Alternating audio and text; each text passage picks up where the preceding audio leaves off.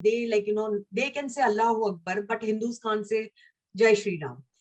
There are so many women who are fighting to get rid of hijab. They don't want to wear hijab. There's a girl recently, she got decapitated because she wanted to be free from her husband. I think she was 17-year-old. She posted a picture, I believe, without the hijab on, and the husband decapitated her. People who are encouraging them and applauding them and telling them that they're tigers and all that, they are the worst enemies of Islam. Even Jains, I don't want to say this, but even Jains, when Digambar Jains, they always are naked. So some Jain will say, okay, I want to come like this. If the school is saying, do not wear hijab because that is not a part of our uniform, then don't wear it. If it says the same about burqa and niqab, then don't wear it. I'm an ex-Muslim and I know how it is. You see in Pakistan, how many Hindus are there now? How many Hindus are left? How many are literally, you see in Bangladesh what is happening.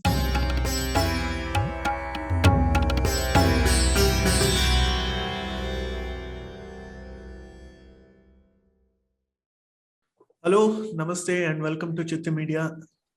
My name is Citti and I'm your host for this program. Just a few days ago, a political controversy broke out from Karnataka, and now it's been having a domino effect. 6 girls belonging to a very shady Islamist outfit began what is known as a self-proclamation of Muslim rights in Karnataka, and that it is their choice to wear a hijab or a burqa or a niqab to a particular school. And this is now in the High Court of Karnataka. And it's also said that one of the petitioners also approached the Supreme Court. Now, we are in conversation today with Amina Sardar ji and Parveen Pooja ji to give us new perspectives as to whether burqa or a niqab is mandated in Islam, and to give us perspective on the entire episode that is unrolling right now, since there is an overflow of information and perspectives from all sides of the corner. Amina ji, Parveen ji, namaste, and thank you so much for joining us today. It's so good to see you. Namaste. Namaste. Let me begin by asking Parveen ji, how do you take note of the entire episode that has begun, for that matter? So somebody who's been calling for Islamic reforms or reforms within the Muslim society, which are very essential, especially for a country like India, which houses the second highest population of Muslims. What do you have to say about this? I would say that this is like just as our voting time, whatever is happening is all political. Actually, if you go to see these people, these girls especially, they are instigated and they are they are applauded by so many of them. I mean, I am seeing everywhere, I am seeing this thing that, wow, they are like tigress. What they have done is so good. From overseas, from Shoaib, what is his name? I'll just give it to you. This is Shoaib Jamai, Waris Pathan. They all are they are encouraging this kind of behavior that these girls are showing. And on top of that, what I feel is there was no need for them to one girl to go inside and shout Allahu Akbar and all that nonsense that they're doing. And on top of that, they are making such a big thing when this Hindus started coming in the Bhagwa. Why would they? Why are they they can say Allahu Akbar, but Hindus can't say Jai Shri Ram. So this is fully politically motivated. This is that there is some outfit behind this. All of a sudden, first thing throughout the world, everybody wants to give up hijab. Everybody is trying to give up hijab, and here they want to promote it. They're trying to make it so this as if they are playing victim card, nothing else. Oh my God, now we don't have hijab. Now these people don't want to give us hijab also. They want to take away this also from us. They're only playing victim card. And I feel that people who are encouraging them and applauding them and telling them that they're tigers and all that, they are the worst enemies of Islam, worst people of Islam, not enemies. They don't want to reform. They don't want these girls to ever. Tell me one thing. I would just want to add one more thing, that you tell me that the girl who would become a doctor tomorrow, when she has studied and she's becoming a doctor, is she going to wear her hijab and her burqa and go inside and go and do the surgery? Or if she's going in some army or she's becoming a pilot or whatever, they don't become. They are very, very rare cases. But I'm just saying, if you're studying, then what are you going to do? Are you going to wear your hijab and you're going to wear your full this what tent that they wear and then go and do all this? I mean, it is a matter of like, and this has become out of proportion. You have seen it's gone to UP, everywhere now. It's like, that hijab thing is going on. So the thing is that in Islam, there is no hijab. There is nothing as hijab. There is nothing as this tent that they put. The burqa also that they put is not there. It's not written anywhere. Right. So I would just say that this is all like, politically motivated thing that is happening. And I would love Amina ji to say now to continue. So this is a very politically motivated move, and that you need to respect the ethos and the rules that are laid out by a particular institution. Yeah. Now the institution here we are talking about is a school, and that can also change with different other institutions as and when students progress towards other phases of their life. Excellent points made. And you also touched upon how the hijab or a niqab is not mandated in Islam is something very interesting. And Amina ji, do you want to comment on that? Yes. Thank you, Sharan ji. And absolutely, I agree with Parveen ji. It is not mandatory. And if you look at the word mandatory means you have to. We have to understand what it means, the word mandatory. It is, you have to wear it. But if you look at the Surah 24, ayah number 31, it actually starts with tell the believing women. It says, tell them. It doesn't command like they have to. There's a difference. It is just like in the food, they says, oh, you know very clearly about food, it is haram or you are not, it is prohibited. It's very clear about some certain things in the Quran. If you look at the scarf thing, it doesn't say, first of all, it doesn't use the word hijab in the Surah 24, ayah 31, very clearly.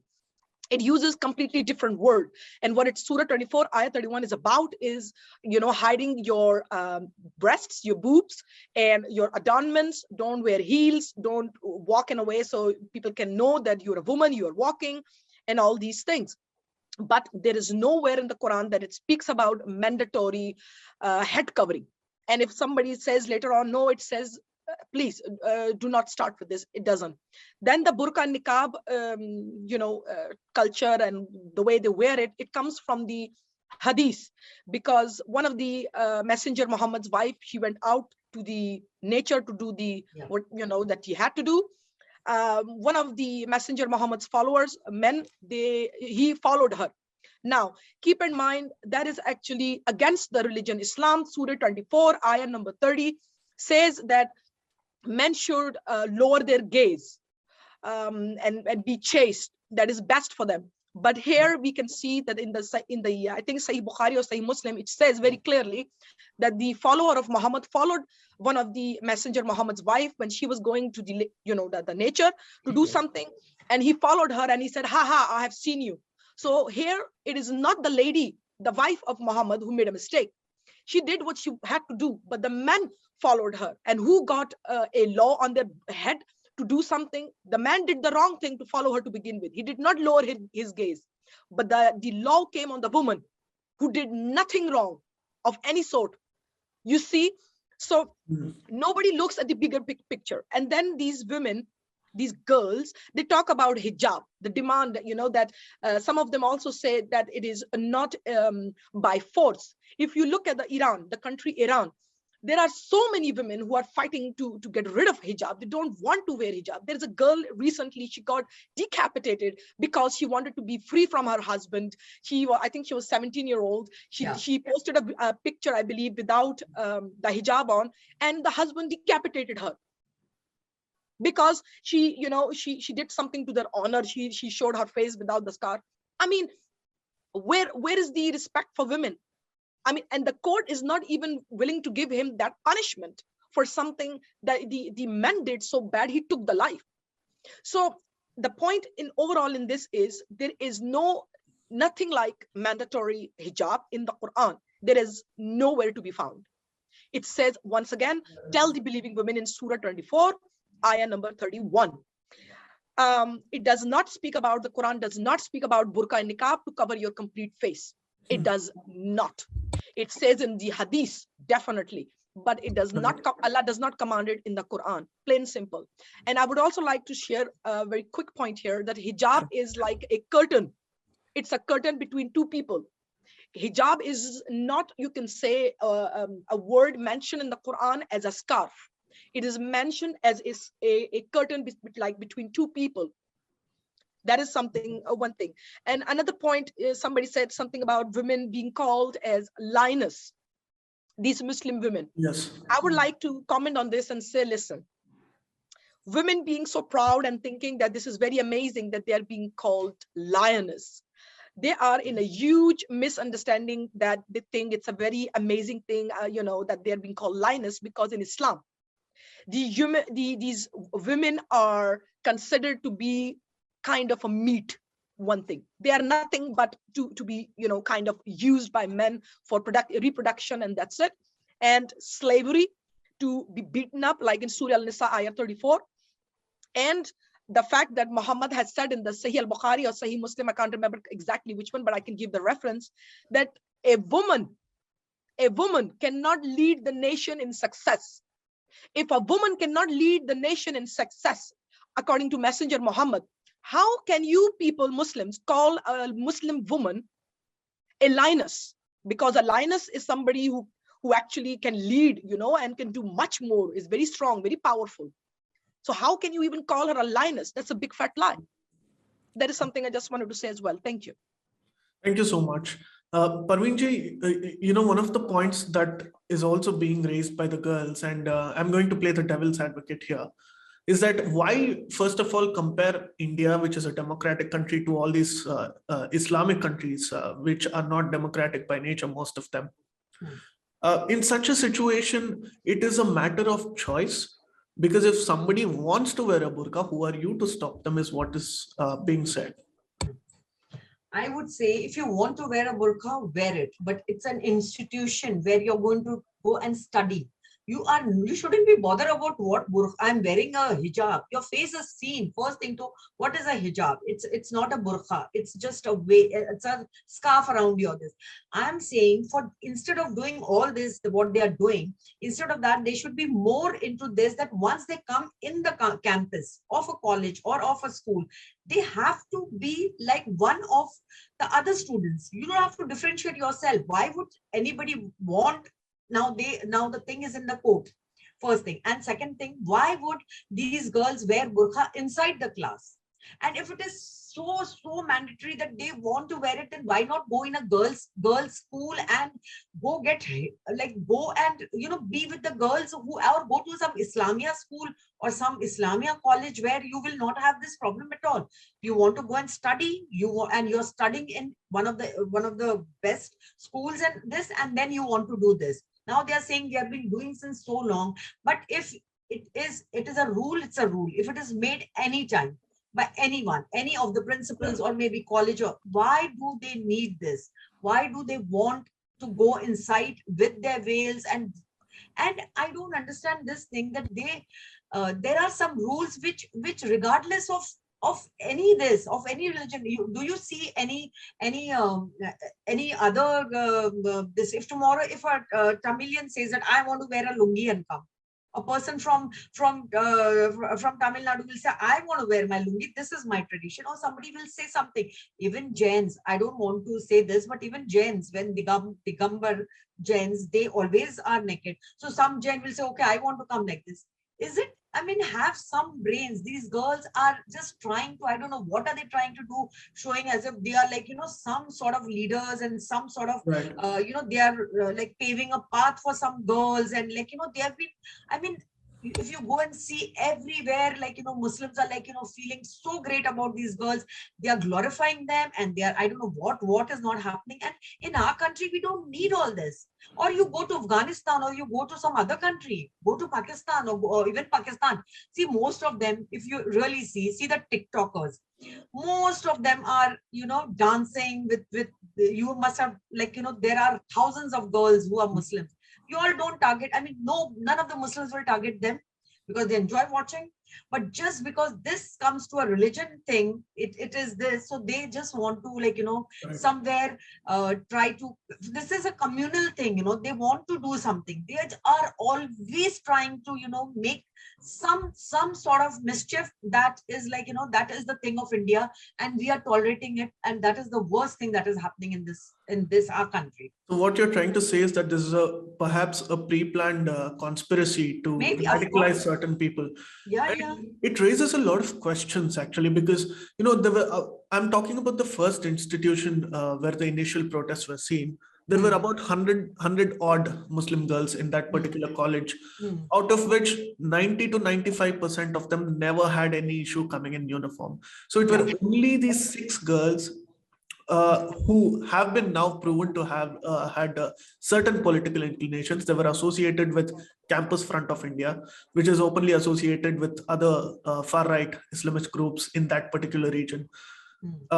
So, it is a very interesting point that you make.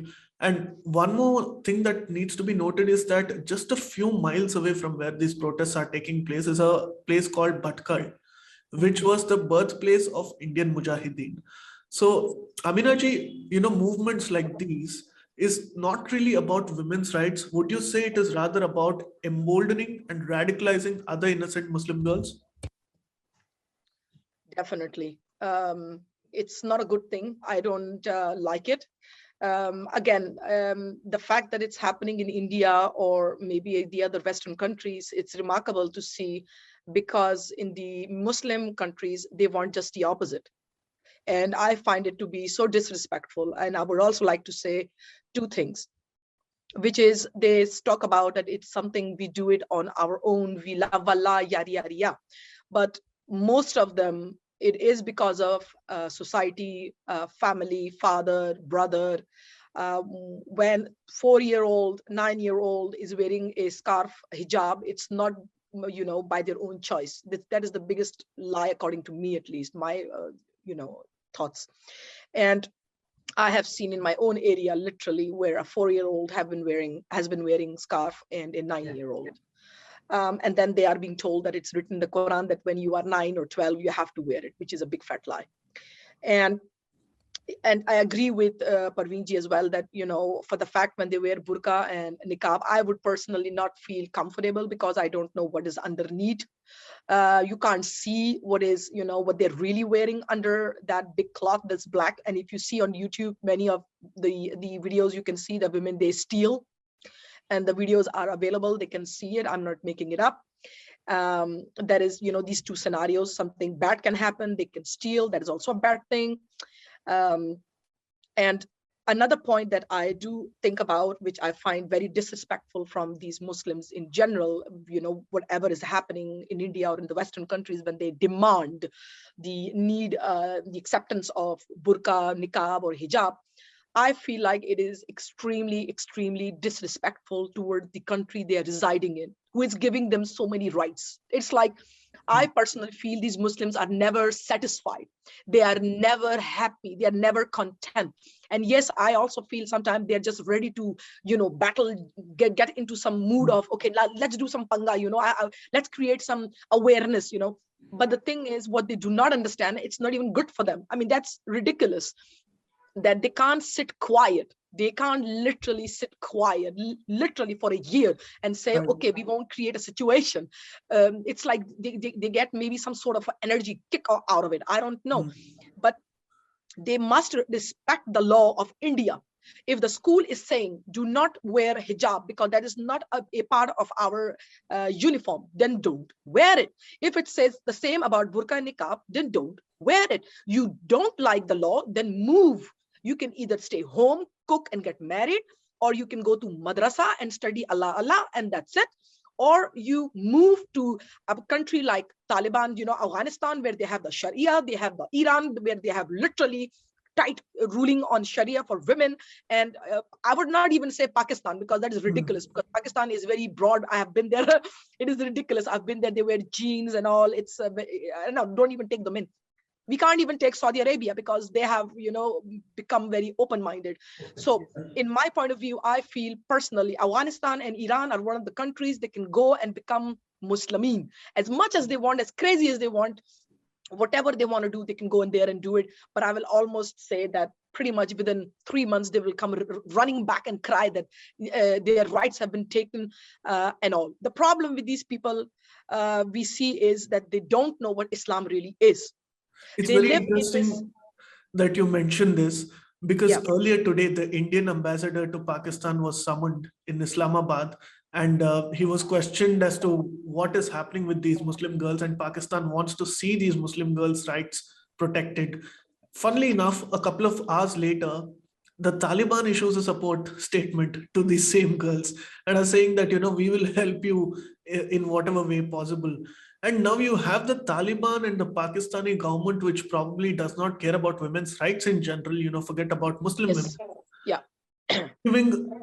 taking a moral authority, a moral superiority, and telling India, a country which houses more Muslims than both of those countries combined. And this is very funny. And one most, angle that we need to discuss, perhaps, Parveenji, is that now it is seen as though a lot of Hindus are mandating this and are rebelling against the minority Muslim population. But do you think this is all about equality or about Hindutva, as it is known in political terms? Because at the end of the day, these groups, which are now being known as Saffron Shawls, are asking nothing but equality. They're saying, we'll come in uniform, you come in uniform. See, how long do you expect people to keep quiet? How long do you expect people to have patience? I'm talking about our country. I'm talking about our Rashtra. This is a Hindu Rashtra, whether you say yes or whether you agree with me or no, but this is a Hindu Rashtra. This is our country. Okay. So second thing is, if you're talking about them wearing, this happened only when these people started doing all this, Allahu Akbar, and started one girl started screaming and going inside, and you have seen all those videos are out there to see. So these people just wore a Bhagwa shawl and they have come. Why not? If these people are trying to do something, I am a person who believes in our constitution law first. Second, I believe that our Prime Minister and CM Yogi, I believe in them also a lot. I believe a lot in Hindutva also. Why Hindu doesn't have to, why Hindus can't say anything? This is our country. Go in Saudi and do something like that. Do something like that, and then you will come to know what exactly it is. These people who are such big Muslim, this we are Momin hai, we are Momins, we are Muslim girls, let them go and stay over there and see how it is when they get whipped on the road, when they get all is happening because we Hindus are very patient, very lenient with them. To tell you very frankly, I'm telling you, I believe in one thing, that if we are not going to awaken now and understand the full strategy, what they have in their mind, we are never ever going to, we are not going to be alive for another, I'm telling you 20-30 years, and there will be no Hindus left. I'm not trying to spread, see, people say I try to spread hate in between Hindu and Muslims, but no, I'm an ex-Muslim and I know how it is. You see in Pakistan, right, how many Hindus are there now? How many Hindus are left? How many are literally, you see in Bangladesh what is happening. So the thing is, we cannot keep quiet. We have to take a stand. We have to take a stand. Now, enough is enough. Too many years we have been under Mughals and under Britishers, and everything now seen and done and dusted. Now we need to waken up, like how Rahul Gandhi says. I want to quote him here, that Hindu and Hindutva are two different things. He doesn't know that Hindu and Hindutva, Hindu is awakening of a Hindu is Hindutva. He wants everybody to slumber, to sleep, what they did in 70 years. I am a right-wing person. I'll tell everything on the face. I'm not one of those liberals at all, because I'm not going to mince my words and say all this, but I'm saying it directly, that we need to have some kind of, these people need to believe in their constitution rather than their Sharia law. That is what I feel. Sharia law comes next. First is your loyalty towards your country, towards your law, towards your samvidhan, towards our constitutional law. That they don't do. And how do they expect Hindus to keep quiet? Why? When Allah Akbar is there, there has to be Jai Shri Ram. Why not? Isn't it? Interesting, because all of this is happening while the debates about uniform civil code is going on in India. And Amina ji, that's the crux of the debate. Because on one hand, people like Arif Muhammad Khan Saab has been calling for Islamic reforms within the Muslim society. And on the other hand, you have incidents like the Shahbano case, which happened 20, 30 years ago. And now you have these 6 girls who are literally radicalizing a lot of other people from the community who just want nothing but education and employment from these institutions. So in a country like India, which has tolerated people from every faith, which has welcomed immigrants from across the world, do you ever see a status quo being in the sense that a rule that is equal to everybody being established in the form of uniform civil code becoming possible anywhere in the near future? In what do you mean exactly? Uniform civil code is essentially now Muslims enjoy personal laws which are very special to them, which are very exclusive to them, and the Indian Constitution allows that and has allowed it to happen for so long. But what a lot of Hindus and other communities are also saying is that it doesn't matter whether you're a Muslim, you're a Christian, you're a Hindu. At the end of the day, you need to be treated equally. So is it too much to ask for equality? We are not demanding for something above a particular religion. We are not saying that Hindus are superior to a particular religion. We are saying that if a Hindu is given certain rights, the same needs to be given to a person of every faith. But you see, that's the thing with Islam. There is no equality in Islam for other religions, plain simple, full stop. Islam is all about me, and me, Muslims. That's it. It's plain simple. And that is exactly what we are seeing. And they like to be superior. That is why they say Allahu Akbar. Their azan is all about, for example, that Allah is the greatest, basically above all the gods that exists out there. So it's actually a very big disrespect when they do it in a non-Muslim country. But these girls / women, Muslim women, that they are demanding the scarf and the burqa and the niqab, what they don't comprehend, they don't understand is it is a control factor. It has nothing to do with respect for women. It has nothing to do with that, according to my observation. Far from it. And the Muslim men who think, oh, this is a very good thing. No, because basically it indicates that you cannot hold yourself, your lusts, so you'll attack a woman. It actually says in the Quran, in Surah 33, I can't remember the ayah, it's 29 or something like that. So the Muslim, the Islam, the religion, it speaks about in a very nasty way that, okay, the woman has to cover up. Okay, but it's because otherwise the men gonna molest you. Basically, this is how Allah tells the men as well, the message that is in it, that the men can't control themselves. So it's an insult both ways here. But in general, my friend Sharanji, there is no respect in Islam for other cultures, other beliefs. It's very clear in the Quran. Allah repeats it. Allah called the idol worshippers unclean, filthy, najas, how you may look at it. They are the worst of creatures because they do not follow Allah. I mean, the list is long. So there is no equality in that sense. I don't even feel Islam is humane. I mean, and the fact that the women are today, jumping jack, doing that, we want scarf, we want burqa, niqab, they don't understand that in the near future, they will have problems. The same women and the girls, they are ruining it for other women who doesn't have the, need, and they don't want to wear it. They're actually ruining for them. I do believe there are other Muslim mahilas, ladies, who do not want to wear this burqa, do not want to wear this niqab and hijab that they want to make maybe compulsory for themselves, created. It's going to ruin it for other women. And they are so selfish, these 6, 7, how many women, girls that are going out there and they're acting like a so-called lioness. They're actually being very, very disrespectful towards other Muslim women who do not have the need or urge. Right. Exactly. So that's a very disrespectful thing, to be honest. So this will perhaps set back the reforms for another few years to come, and will hurt the cause for many women who are fighting for liberation in Islamic countries like Afghanistan and Iran, for that matter. We'll see how this case progresses, because generally these cases don't end well, and that's what recent history has taught us in India. And as soon as the verdict is out, as soon as the High Court order is out, I hope you can join us again for a conversation and see how this progresses. Yes, my honor. My Thank pleasure. you so much for joining us today. It was lovely speaking to both of you ladies. Thank you so much for your courage and for all the seva that you're doing.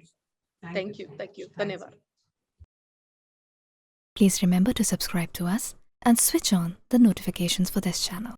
For our other social media links, more content, and to support our work, please visit citti.net. Dhanyavad. Namaskar.